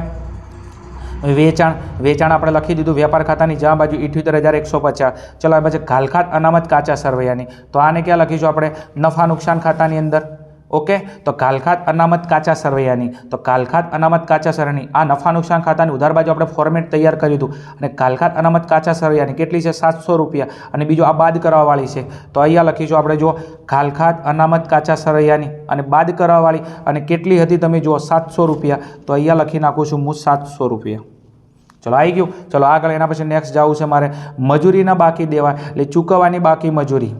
ઓકે, તો આ શું ગણાય? દેવું ગણાય અને દેવું કે આવે મૂડી અને દેવા બાજુ. ઓકે, કોઈ પણ દેવું ચૂકવવાનું બાકી હોય ઓકે તો એ દેવું ગણાય. દેવું કે આવે મૂડી દેવા બાજુ. ઓકે, અને બીજું કાચા સરવૈયામાં છે એની એક જ અસર આવશે કેટલા છે 1000 રૂપિયા તો આને મૂડી દેવા બાજુ લખીશું ચૂકવવાની બાકી મજૂરી. તો બેંક ઓવરડ્રાફ્ટ લખ્યો એના નીચે લખી નાખું અહીંયા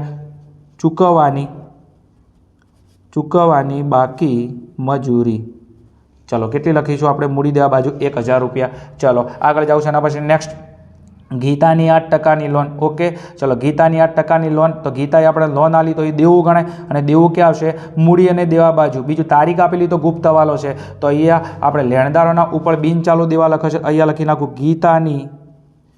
ગીતાની 8% લોન. ચલો ગીતાએ આપણે કેટલી લોન આલી હતી ભેઢીને બરાબર 15000 રૂપિયા તો અહીંયા લખી નાખું છું 15000 રૂપિયા. ઓકે, ગુપ્ત હવાલો છે અને આ લોન કઈ તારીખે આપી હતી 1/10/16. ખાસ આના પર વ્યાજ ગણવું પડશે એટલે ગુપ્ત હવાલો પછી સોલ્વ કરી દઈએ આપણે. ચલો આગળ આ પાકા સરયામાં એન્ટ્રી જાય છો ખાસ દેવું છે તો. ચલો એના પછી નેક્સ્ટ છે દેવી ઊંડી. હવે દેવી ઊંડી કેટલી આપેલી છે અહીંયા 200 રૂપિયા અને દેવી ઊંડી ધંધાનું દેવું ગણાય. કયું દેવું? ચાલુ દેવું. તો આ ક્યાં આવશે? મૂડી અને દેવા બાજુ એમ. ઓકે, ચલો તો અહીંયા મૂડી અને દેવા બાજુ અહીંયા લખી નાખું છું દેવી ઊંડી અને કેટલી આપેલી છે અહીંયા 200 રૂપિયા આપેલી છે. ઓકે, તો અહીંયા લખી નાખું 200 રૂપિયા. હવે વિદ્યાર્થી મિત્રો તમે જોઈ શકો તો એન્ટ્રીઓ આપણી બધી પૂરી થઈ ગઈ. શું થઈ ગઈ? એન્ટ્રી પૂરી થઈ ગઈ. હવે વારો આવ્યો હવાલાનો. કોનો વારો આવ્યો? હવાલાનો. ચલો હવાલાની અંદર પહેલો હવાલો તમને આપેલો છે. જ્યારે એન્ટ્રી પતે તો શાંતિ હવાલા સોલ્વ કરવાના. બીજું હવાલામાં થોડી એક્યુરેશન ચોકસાઈ રાખવી બહુ જરૂરી છે કારણ હવાલા આડાવડા થઈ શકે છે એમ. અમુક તો ચોથો હવાલો પહેલો લેવો પડે બીજો હવાલો પછી લેવો પડે એ રીતના થોડું ધ્યાન આપજો. જ્યારે દાખલો આવશે ત્યારે હું તમને સમજાવી દઈશ એમ.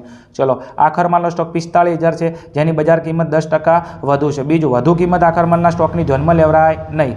આખર માલના સ્ટોકની ચોપડે કિંમત અને બજાર કિંમતમાંથી ઓછી કિંમત ધ્યાનમાં લેવામાં આવે છે તો ઓછી કિંમત કેટલી ગણાય? 45000 કારણ કે આ વધુ કિંમત ધ્યાનમાં લેવી નહીં તો 45000. બીજું આખર માલનો સ્ટોક હવાલામાં આપેલો 2 અસર આવે એક વેપાર ખાતાની જ્યાં બાજુ અને મિલકત અને લેણા બાજુ. તો આપણે વેપાર ખાતું બનાવેલું છે. ઓકે, તો વેપાર ખાતાની જમા બાજુ આખર સ્ટોક 45000 પહેલો લખીશું તો આપણે વેપાર ખાતું બનાવેલું છે.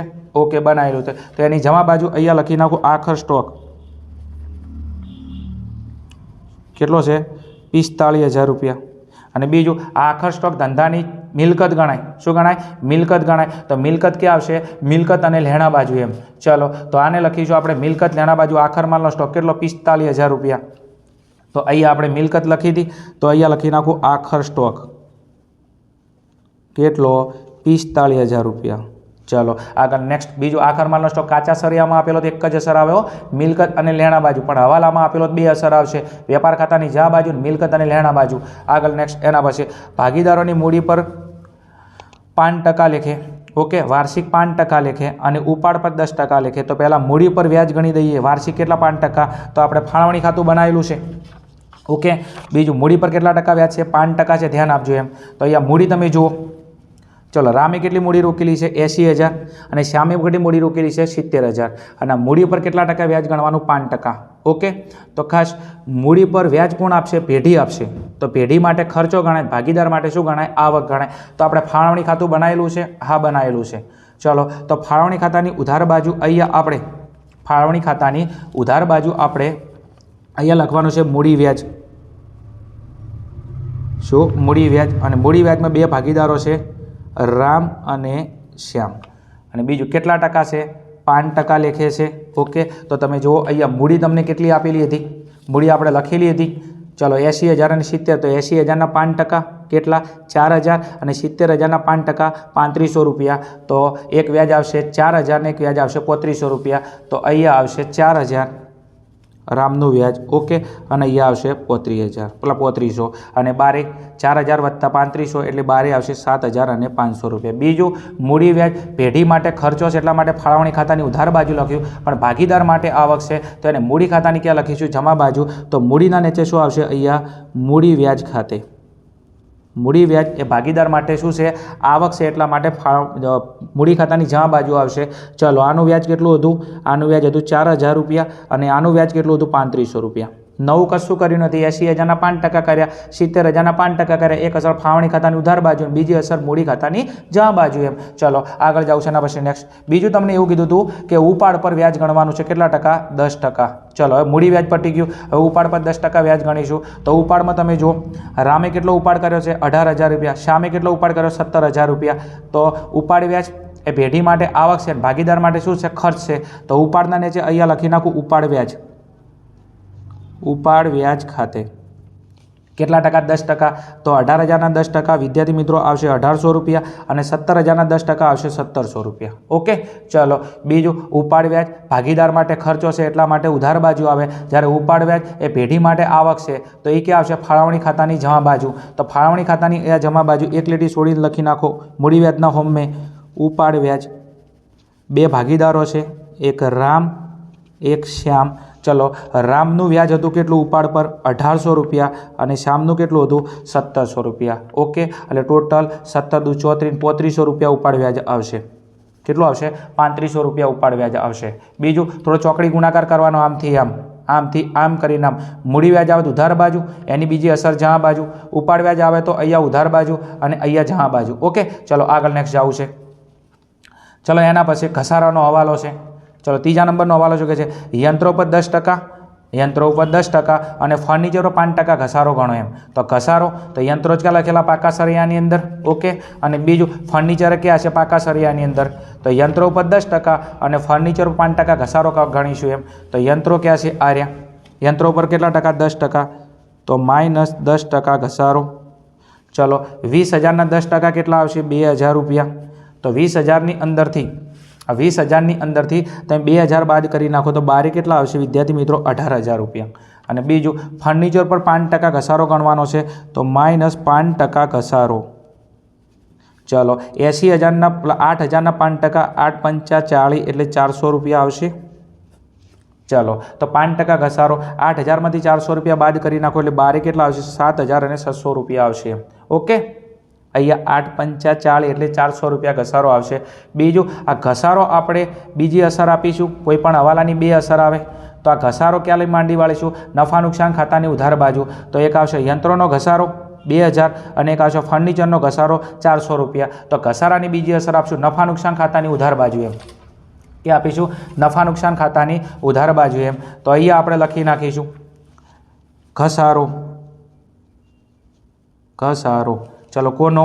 એક આવ્યો યંત્રોનો અને બીજો આવ્યો ફર્નિચરનો. ઓકે, ઘસારાને ચોલે માંડી વાળવો પડે નફા નુકસાન ખાતાની ઉધાર બાજુ. એમ ચલો, યંત્રોનો ઘસારો કેટલો હતો?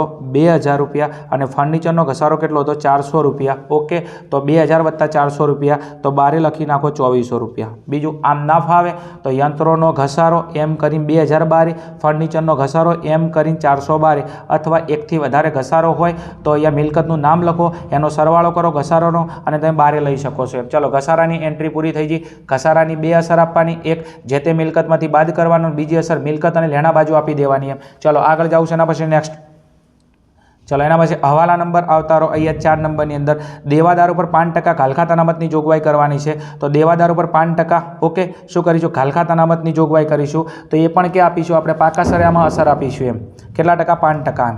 ચલો, આ રહ્યા આપણા દેવાદારો. ચલો, બીજું કેટલા ટકા? બીજું દેવાદારોમાંથી પહેલી બાદ થાય ઘાલખાત, બીજા નંબરમાં ઘાલખાત અનામત અને ત્રીજા નંબરમાં દેવાદાર વટાવ અનામત. આ દાખલામાં ઘાલખાત નથી તો ડાયરેક્ટ કોનો વારો આવશે? ડાયરેક્ટ વારો આવશે ઘાલખાત અનામત હવાલાની. તો ઘાલખાત અનામત હવાલાની અને કેટલા ટકા? 5%. ઓકે, તો અહીંયા 45,000ના આપણે 5% કરીશું. કેટલા? 45,000ના 5%. તો અહીંયા 45,000 ગુણ્યા 5%, તો 2,250 રૂપિયા આવશે. તો અહીંયા બાદ કરીશું કેટલા? 2,250. ચલો, 45,000માંથી તમે 2,250 બાદ કરશો તો 45,000ની અંદરથી -2,250 બાદ કરશો એટલે 42,750 બારે આવશે. કેટલા? 42,750 બારે આવશે એમ. ચલો હવે આજે ઘાલખાત અનામત હવાલાની છે એની બીજી અસર કે આપીશું નફા નુકસાન ખાતાની ઉધાર બાજુ ફોર્મેટમાં આપીશું એમ. કોઈ પણ હવાલાની બે અસર આવે. જો ઘાલખાત અનામત હવાલાની કેટલી 2250, તો અહીંયા નફા નુકસાન ખાતાની ઉધાર બાજુ ફોર્મેટ તૈયાર કરેલું છે. અહીંયા તમે જો ઘાલખાત અનામત હવાલાની, ઓકે, તો આ કેટલી છે 2250 રૂપિયા. બીજું હવે ઘાલખાત હવાલાની નથી તો એને ડેશ કરો. બીજું અહીંયા ઘાલખાતનું ફોર્મેટ બંધ થાય છે, તમે જો ઘાલખાત કાચા સરિયાની 400, હવાલાની નથી તો ડેશ કરી નાખો. ઘાલખાત અનામત હવાલાની, ચલો આનો સરવાળો કરો. 2250 + 400 એટલે 2200 અને 400 2600, તો અહીંયા 2650. ચલો 2650 તમે 700 રૂપિયા બાદ કરી નાખો. ઓકે, એટલે કેટલા આવશે બારે 1950 રૂપિયા. કેટલા આવશે 1950 રૂપિયા. ઓકે, સેટ થાય છે. અહીંયા આનો સરવાળો કરી નાખો તમે. 2250 અને એમાં 400 રૂપિયા એડ કરો એટલે કેટલા 2650 અને બાદ કરી નાખો 700 એટલે કેટલા આવશે 1950 રૂપિયા. ચલો ઘાલખાતનું ફોર્મેટ અહીંયા પૂરું થઈ જાય છે, ખાસ વસ્તુ. ચલો એના પછી નેક્સ્ટ હવાલાની અંદર જવું છે મારે. ચલો તો હવાલાની અંદર આગળ વધીએ તો શું કહે છે 5મા નંબરનો હવાલો. ખર્ચા ચૂકવવાના બાકી છે. એક પગાર 500 રૂપિયા. ચલો પગાર કેટલો ચૂકવવાનો બાકી છે 500 રૂપિયા. તો પગાર આપણે ક્યાં લખેલો છે નફા નુકસાન ખાતાની ઉધાર બાજુ. કેટલો ચૂકવવાનો બાકી 500 રૂપિયા. તો અહીંયા તમને પગાર લખેલો છે જો 15,000 રૂપિયા. બીજું કોઈ પણ ખર્ચો ચૂકવવાનો બાકી હોય તો જે તે ખર્ચામાં પ્લસ થાય. પગારનો આપણે ચાલુ વર્ષમાં કેટલો ખર્ચો થઈ ગયો 15,000 રૂપિયા અને હજી કેટલો ચૂકવવાનો બાકી છે 500 રૂપિયા. તો અહીંયા લખી નાખો વત્તા ચૂકવવાનો બાકી પગાર. શું ચૂકવવાનો બાકી પગાર કેટલો 500 રૂપિયા. તો બારે લખી નાખું 15,000 + 500 એટલે બારે 15,000 અને 500 રૂપિયા. બીજું આ પગાર ચૂકવવાનો બાકી હોય તો એ ધંધામાં શું ગણાય દેવું ગણાય. શું ગણાય દેવું ગણાય. તો દેવું જો આવે મૂડી અને દેવા બાજુ આવશે. કોઈ પણ હવાલાની બે અસર આવે. પગાર ચૂકવવાનો બાકી પગારમાં પ્લસ કર્યો. બીજી અસર ચૂકવવાનો બાકી પગાર ધંધામાં દેવું ગણાય. દેવું કે આવે મૂડી અને દેવા બાજુ. તો મૂડી અને દેવા બાજુ આપણે લખીશું ચૂકવવાનો બાકી પગાર. તો અહીંયા લખી નાખું છું ચૂકવવાનો બાકી પગાર કેટલો 500 રૂપિયા. ચલો આગળ જવું છે એના પછી નેક્સ્ટ. ચલો એના પછી બીજો ચૂકવવાનો બાકી ખર્ચો છે કયો પરચુરણ ખર્ચા 150. તો ફરી અહીંયા નફા નુકસાન ખાતાની અંદર આપણે પરચુરણ ખર્ચા લખેલા છે અને એની અંદર કેટલા પ્લસ કરીશું 150 રૂપિયા. ચૂકવવાનો બાકી ખર્ચો જે તે ખર્ચામાં પ્લસ થાય અને બીજી અસર મૂડી અને દેવા બાજુ આવે. તો પરચુરણ ખર્ચા લખેલા હતા આપણે કેટલા લખેલા હતા 1500 રૂપિયા અને અહીંયા કેટલા ચૂકવવાના બાકી છે 150 રૂપિયા. તો વત્તા ચૂકવવાના બાકી ઓકે કેટલા 150 રૂપિયા. ઓકે ચલો પરચુરણ ખર્ચા લખેલા હતા કેટલા 1500 રૂપિયા અને હજી કેટલા ચૂકવવાના બાકી છે 150 રૂપિયા. તો બારે લખી નાખું 1650 રૂપિયા. ચલો બીજું પરચુરણ ખર્ચા 150 ચૂકવવાના બાકી છે તો એ ધંધામાં દેવું ગણાય અને દેવું ક્યાં આવશે મૂડી અને દેવા બાજુ. તો મૂડી દેવા બાજુ અહીંયા આપે લખેલું છે તો આગળ લખી નાખું ચૂકવવાના બાકી પરચુરણ ખર્ચા કેટલા 150 રૂપિયા. ચલો આગળ જવું છે નેક્સ્ટ. એના પછી ચલો છેલ્લો હવાલો છે.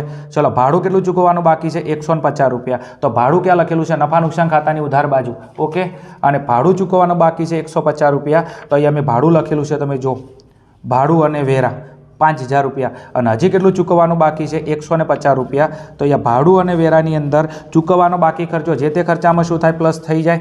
તો ભાડું અને વેરા વત્તા ચૂકવવાના બાકી. ઓકે કેટલા ચૂકવવાના બાકી 150 રૂપિયા. તો 5,000 + 150 તો બારે આવશે 5150 રૂપિયા. બીજું ભાડું અને વેરા ચૂકવવાના બાકી છે તો એ ધંધામાં દેવું ગણાય અને દેવું કે આવે મૂડી અને દેવા બાજુ. તો મૂડી અને દેવા બાજુ ચૂકવવાનું બાકી ભાડું કેટલું 150 રૂપિયા. તો મૂડી અને દેવા બાજુ ચૂકવવાનું બાકી ભાડું 150 રૂપિયા. તો અહીંયા આવશે બાકી ભાડું કેટલું 150 રૂપિયા. ઓકે ત્રણેય ખર્ચા ચૂકવવાના બાકી હતા તો જે તે ખર્ચામાં પ્લસ કર્યા અને ત્રણેય ધંધા માટે દેવું ગણાય. તો ચૂકવવાનો બાકી પગાર ચૂકવવાનો બાકી પરચુરણ ખર્ચા ચૂકવવાનો બાકી ભાડું આ ત્રણેય દેવું ગણાય. દેવું કે આવે મૂડી અને દેવા બાજુ આવે. ઓકે આગળ નેક્સ્ટ. ચલો હવે વિદ્યાર્થી મિત્રો તમે જોઈ શકો છો અહીંયા આપણા હવાલા પૂરા થઈ જાય છે. ઓકે અને જ્યારે હવાલા પૂરા થઈ જાય તો એના પછી આપણે ગુપ્ત હવાલા.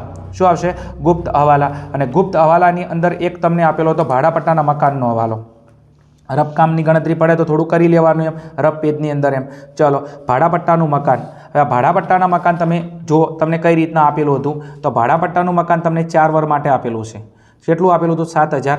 તો 7,000ને તમે 4 વડે ભાગી નાખો એમ કેટલા 7,000ને તમે 4 વડે ભાગી નાખો એમ તો અહીંયા તમે જુઓ 7,000 રૂપિયા તમને આપેલા છે અને 4 વાર માટે રાખેલું તો 4 વડે ભાગી નાખો તો 1,750 રૂપિયા આવશે. કેટલા 1,750 રૂપિયા. તો અહીંયા 4 વાર માટે માંડી વાળવાનું છે તો ચાલુ વરે આપણે માંડી વાળીશું માઇનસ માંડી વાળેલ શું માઇનસ માંડી વાળેલ શું મકાન.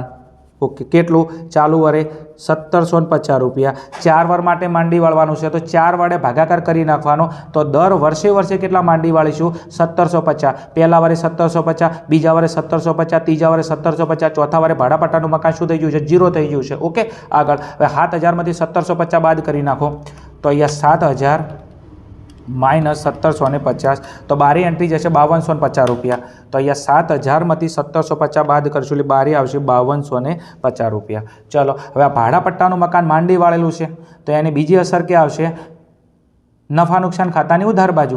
કોઈ પણ મિલકત તમે માંડી વાળો કે કોઈ પણ મિલકતનો ઘસારો તમે કાપો તો એની બીજી અસર ક્યાં આવે નફા નુકસાન ખાતાની ઉધાર બાજુ આવશે. તો નફા નુકસાન ખાતાની ઉધાર બાજુ અહીંયા લખી નાખું છું માંડી વાળેલ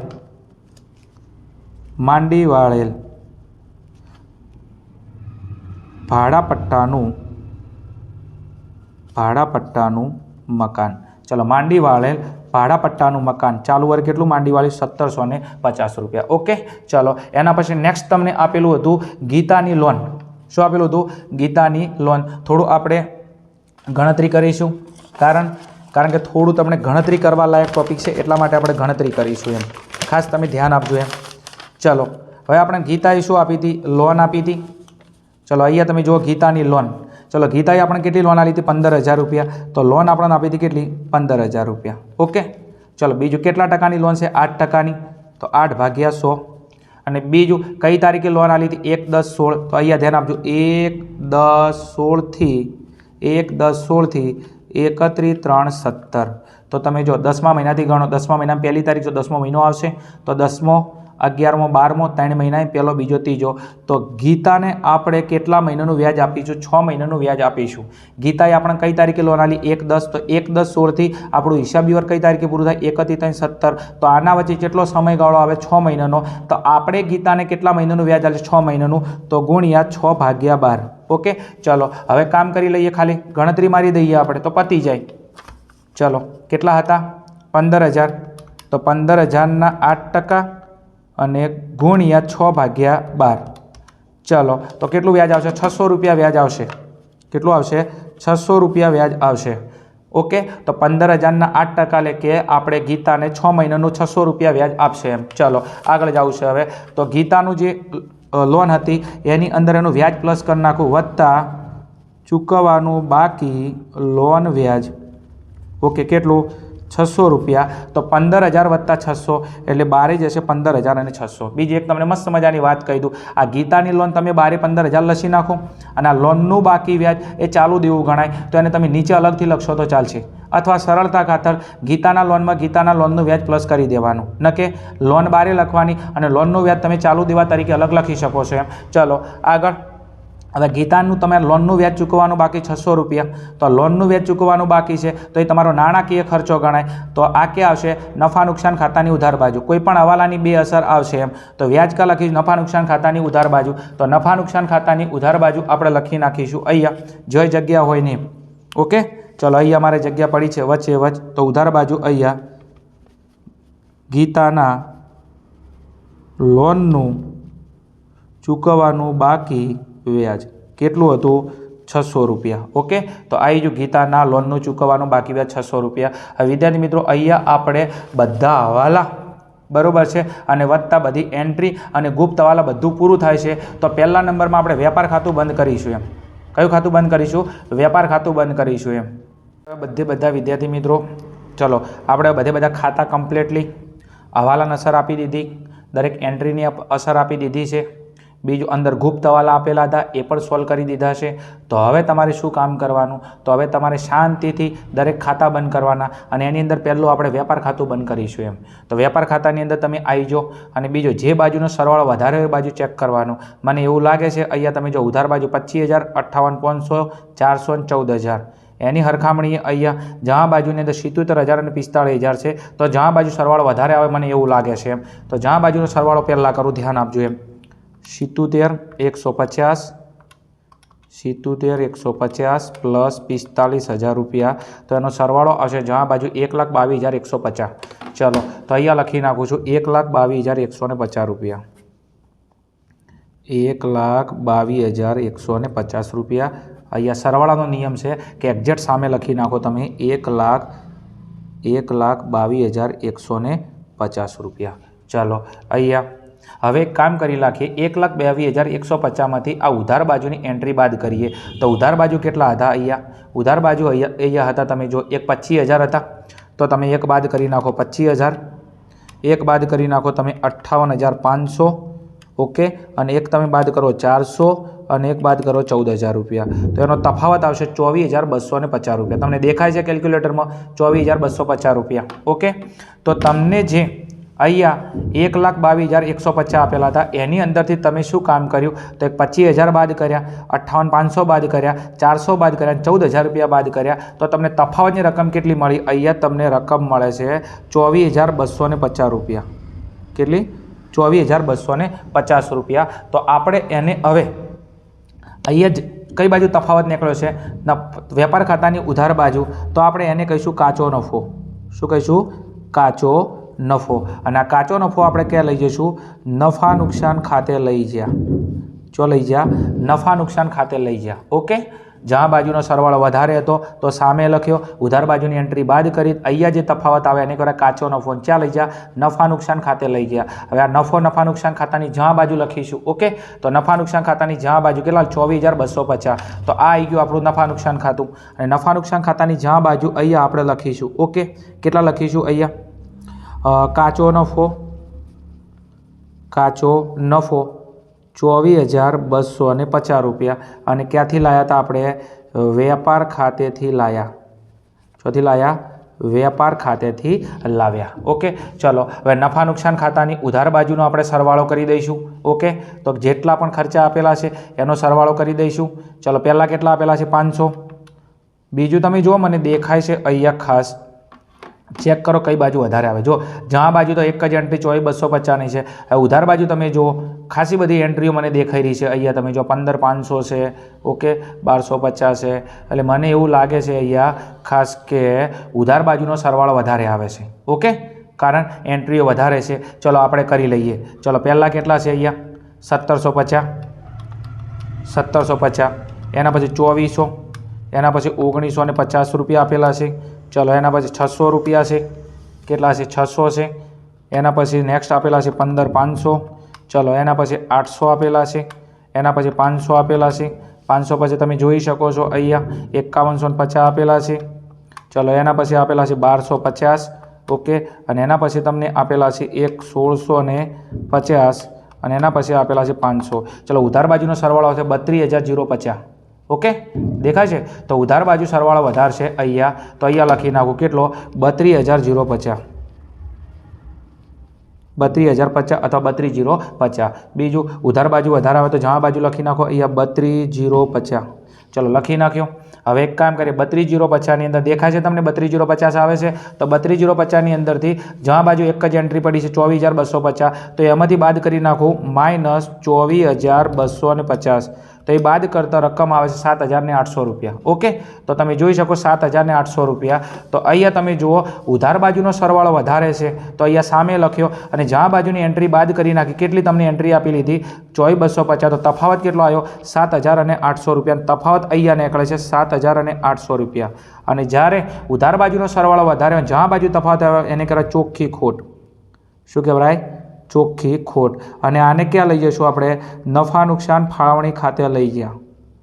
ક્યાં લઈ ગયા? નફા નુકસાન ફાળવણી ખાતે લઈ ગયા. કેટલા? 7,800. બીજું ખોટ છે તો ફાળવણી ખાતાની આપણે કઈ બાજુ લખીશું? ઉધાર બાજુ લખીશું એમ. તો ફાળવણી ખાતાની ઉધાર બાજુ આપણે લખીશું કેટલા? 7,800 રૂપિયા. તો આ રહ્યું ફાળવણી ખાતું અને આ રહ્યું ફાળવણી ખાતાની ઉધાર બાજુ અહીંયા લખી નાખું ચોખ્ખી ખોટ. શું? ચોખ્ખી ખોટ કેટલી? 7,800. ક્યાંથી લાવ્યો? અહીંયા તો અહીંયા કૌંસમાં નનું ખાતેથી લાવ્યો, ઓકે, તો નફા નુકસાન ખાતેથી લાવ્યા. ચલો હવે શું કામ કરીશું, તો કઈ બાજુ સરવાળો વધારે, જો ઉધાર બાજુ વધારે આવશે. એક છે 7800 અને એક છે 7500. તો 78 વત્તા 7500. ચલો તો ઉધાર બાજુનો સરવાળો 15300. કેટલો આવે છે? 15300. તો અહીંયા લખી નાખું 15300. સરવાળા નિયમ છે એક્ઝેક્ટ સામે લખો 15300. વિદ્યાર્થી મિત્રો થોડું તમે ધ્યાન આપજો. અહીંયા આ ઉપાડ તમને આપેલો છે ને, એ ઉપાડ અહીંયા 16000 છે ખાસ. અહીંયા ઉપાડ તમને કાચા સરિયામાં 16000 આપેલો છે, તો એનું વ્યાજ અહીંયા કેટલું આવશે? 1600 રૂપિયા આવશે. ખાસ ધ્યાન, થોડી મિસ્ટેક થયેલી છે લખવામાં, ભૂલથી અહીંયા 17 લખાઈ ગયા છે. ઓકે, તો 10% 16000ના 1600 રૂપિયા વ્યાજ આવે. અને અહીંયા જો ઉપાડ વ્યાજ છે એ કેટલું આવશે? 1600 રૂપિયા. ઓકે, અને 1600 અને અહીંયા 1800, એટલે આ કેટલું થશે? 3400 રૂપિયા થઈ જશે ખાસ. ચલો આગળ હવે નેક્સ્ટ. ચલો આ બાજુ સરવાળો કેટલો છે? 15300. કેટલો છે? 15300. અને 15300ની અંદર આ બાજુ તમે બાદ કરશો કેટલા? 3400 રૂપિયા. તો 15300 માઇનસ 3400 રૂપિયા, તો તમારો તફાવત આવશે 11900. તો અહીંયા જે આપણું ફાળવણી ખાતું છે, તો ફાળવણી ખાતાની અંદર અહીંયા તફાવત આવશે 11900. બીજું, ફાળવણી ખાતાનો કઈ બાજુનો સરવાળો વધારે છે? ઉધાર બાજુનો. ઓકે, સામે લખ્યો. અને અહીંયા તફાવત આવે તેને કહેવાય વેચણી પાત્ર ખોટ. શું કહેવાય? વેચણી પાત્ર ખોટ. હવે કેટલા ભાગીદારો? 2 છે. 2 ભાગીદારો કયા? એક રામ અને શ્યામ. તો અહીંયા એક રામ અને એક અહીંયા શ્યામ. બીજું, તમને પ્રમાણ આપેલું હતું દાખલાની અંદર. શરૂઆતની અંદર તમે જો વેચવા માટે દાખલાના શરૂઆતમાં 6:4નું પ્રમાણ આપેલું હતું. દાખલાના શરૂઆતની અંદર બરોબર છે, તમને પ્રમાણ આપેલું છે. તમને અહીંયા બતાવી દઉં છું એમ. તો અહીંયા પ્રમાણની અંદર તમે જોઈ શકો છો કેટલું પ્રમાણ આપેલું હતું? 6:4ના પ્રમાણે. તો જ્યાં નફો અને નુકસાન કયા પ્રમાણે વેચીશું? 6:4ના પ્રમાણે વેચીશું. તો 11900 ગુણ્યા 6/10. 11900 ગુણ્યા 4/10. તો 11900 ગુણ્યા 6/10. તો એનો તફાવત આવશે 7140. તો રામનો અહીંયા ખોટ આવશે 7140. ઓકે, બીજું 11900 ગુણ્યા 4/10. તો એનો તફાવત આવશે 4760. ઓકે, ચલો અહીંયા આવશે 47 અને 60. ચલો બીજું ખોટ આવી છે, તો આ ખોટ ક્યાં લખીશું આપણે? ખોટ લખીશું મૂડી ખાતાની ઉધાર બાજુ. ઓકે, તો રામની ખોટ કેટલી? 7140. અને શ્યામની કેટલી છે? 4760. ચલો તો ખોટ લખીશું અહીંયા. તો અહીંયા લખી નાખું વેચણી પાત્ર ખોટ. શું લખીશું? વેચણી પાત્ર ખોટ. ચલો કેટલી હતી? 7140. અને બીજી કેટલી હતી? 4760. ચલો હવે મૂડી ખાતા બંધ કરીશું. શું કરીશું? મૂડી ખાતા આપણે બંધ કરીશું. અને મૂડી ખાતાની અંદર હંમેશા જમા બાજુનો સરવાળો વધારે આવશે. અહીંયા તમે જો વધારે એન્ટ્રી થઈ 80000 વત્તા 4000, તો અહીંયા કેટલા આવશે? 84000. ચલો રામનો સરવાળો 84000 આવે છે. શ્યામની અંદર જુઓ તમે 70000 અને 3500, તો એનો સરવાળો આવશે 73000 અને 500. ચલો એગ્રી છે. ચલો બીજું સરવાળાનો નિયમ છે, નીચે 2 લીટી કરી નાખો અને સામે લખી નાખો અહીંયા સામે. ઓકે, આગળ. ચલો અહીંયા 84000, અહીંયા લખી નાખું 73000 અને 500. ચલો હવે આ 84000ની અંદરથી અહીંયા એની ઉધાર બાજુની જે એન્ટ્રી છે બાદ કરીશું. કેટલી એન્ટ્રીઓ છે? અહીંયા તમે જો 18000, 1800 અને 7140 આની એન્ટ્રીઓ છે. 73500માંથી કેટલી બાદ કરીશું? 16000, એક 1600, એક 4760. ચલો એને બાદ બાકી કરી લઈએ. તો અહીંયા કેટલો હતો? 84000. તો અહીંયા લખી નાખું 84000. એની અંદરથી માઇનસ 84000માંથી માઇનસ 1 બાદ કરવાના 18000, 1800 ને 7140. તો એક 18000 માઇનસ 1800 અને માઇનસ 71 અને 40. ચલો તો એનો તફાવત આવશે 57060. ઓકે, ચલો તમને દેખાય છે 57060. તો અહીંયા જે રામ છે, આ રામનો અહીંયા તફાવત આવશે કેટલો? 57060. ચલો વિદ્યાર્થી મિત્રો એના પછી નેક્સ્ટ આપણે શ્યામનો તફાવત કાઢીએ. ચલો એનો જમા બાજુ સરવાળો 73500 છે. એમાંથી કેટલા બાદ કરવાના? 16000, 1600 અને 4760. ઓકે, તો બાદ બાકી કરી નાખું અહીંયા 73500 માઇનસ 16000 માઇનસ 16000 માઇનસ 1600 અને માઇનસ 4760. ચલો તો એનો તફાવત આવશે 51140. ઓકે, ચલો તો એનો તફાવત અહીંયા લખી નાખું છું 51140. બીજું આને કહેવાય મૂડીની આખરની બાકી. શરૂની બાકી આગળ લાવ્યા અને આખરની બાકીને કહેવાય બાકી આગળ લઈ ગયા. બાકી આગળ લઈ ગયા. બા આ લઈ જા, શું લઈ જા, નહીં લઈ જાઉં મારે કાંઈ. ઓકે ચલો, અને આ મૂડીની બાકી ક્યાં લખીશું આપણે પાકા સરિયામાં. એમાં રામની મૂડી કેટલી 57,060 અને શ્યામની મૂડી કેટલી આવશે 51,140. તો આ મૂડી ખાતા લખી નાખીએ આપણે પાકા સરિયાની અંદર. તો પાકા સરિયાની અંદર અહીંયા લખીએ રામ, અહીંયા લખીએ શ્યામ. ઓકે ચલો, રામની મૂડી અહીંયા કેટલી હતી 57,060. તો રામની મૂડી અહીંયા લખું 57,060. ચલો, એના પછી શ્યામની મૂડી કેટલી છે 51,140. તો અહીંયા લખી નાખું 51,140. ચલો, હવે આ બંનેનો સરવાળો કરી દઈએ. 51,140 વત્તા સરવાળો છે 57,060. કેટલો છે 57,060.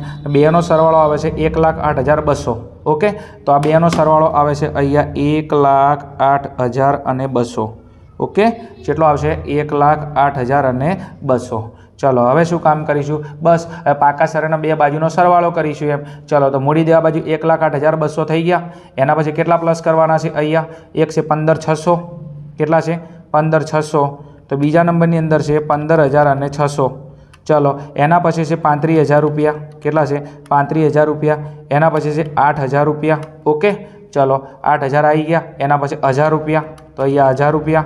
ચલો, એના પછી કેટલા છે અહીંયા 200, 500. ઓકે, તો બીજા નંબરમાં છે 200. એના પછી છે 500. એના પછી કેટલા છે 150 ને 150 એટલે 300. તો અહીંયા 300. તો સરવાળો આવે છે 1,68,800. ઓકે, તો તમે જો મૂડી અને દેવા બાજુનો સરવાળો 1,68,800. તો મૂડી દેવા બાજુની બધી એન્ટ્રીનો સરવાળો કરશો એટલે આવશે અહીંયા 1,68,800 રૂપિયા. ચલો, બીજું કે પાકા સરિયાના બંને બાજુનો સરવાળો સરખો જ આવશે. ઓકે, અને આ બાજુનો તમે સરવાળો કરશો તો એ તમારો જવાબ અહીંયા આવશે કેટલો 1,68,800. ચલો, અહીંયા બંને બાજુના સરવાળા સરખા આવે છે, એનો મતલબ આપણો દાખલો કમ્પ્લીટલી સાચો છે. ઓકે, તો અહીંયા આપણું ઉદાહરણ એક કમ્પ્લીટલી પૂરું થાય છે. બીજું, સમજાવવાની મેં તમને બહુ જ કોશિશ કરી છે, પણ વિડીયો જોવાથી તમને નહીં આવડે. આના માટે થોડી તમારે પ્રેક્ટિસ કરવી પડશે. કારણ કે આ પ્રેક્ટિસનો વિષય છે. સમજો એમ, આ કોઈ હિસ્ટ્રીની વાત નથી થઈ જી, અહીંયા કોઈ અકબર બિરબલની હું તમને વાત નથી કરતો. સમજો એમ, આને તમારે પ્રેક્ટિસ કરવી પડશે. હવે એક કામ કરો, મારું કામ પૂરું થઈ ગયું છે, તમે ફટાફટ તમારું કામ ચાલુ કરી નાખો. હવે હાથમાં લો પેન અને ચોપડો અને કેલ્ક્યુલેટર. ઓકે, તમારા હથિયાર બરાબર છે, ઉપાડી અને ફટાફટ આને ગણવાનું ચાલુ કરી નાખો એમ. ચલો, મળીશું આગળના દાખલાની અંદર, આગળના વિડીયોની અંદર. ત્યાં સુધી જોતા રહો અમારી channel Aryan classes. Okay, thank you. જય હિન્દ, જય ભારત. બીજું, વિડીયો ગમે હોય, મારી મેથડ સેટ થતી હોય તો વિડીયોને લાઇક કરજો, કોમેન્ટ કરજો અને તમારા જે મિત્રો છે એમના સુધી અવશ્ય શેર કરજો. બીજું, મારી મેથડ કેવી છે, તમને સેટ થાય કે નહીં થતી, અવશ્ય કોમેન્ટ મારજો. તમારા કોમેન્ટની હું રાહ જોઉં છું. ઓકે, તથાસ્તુ.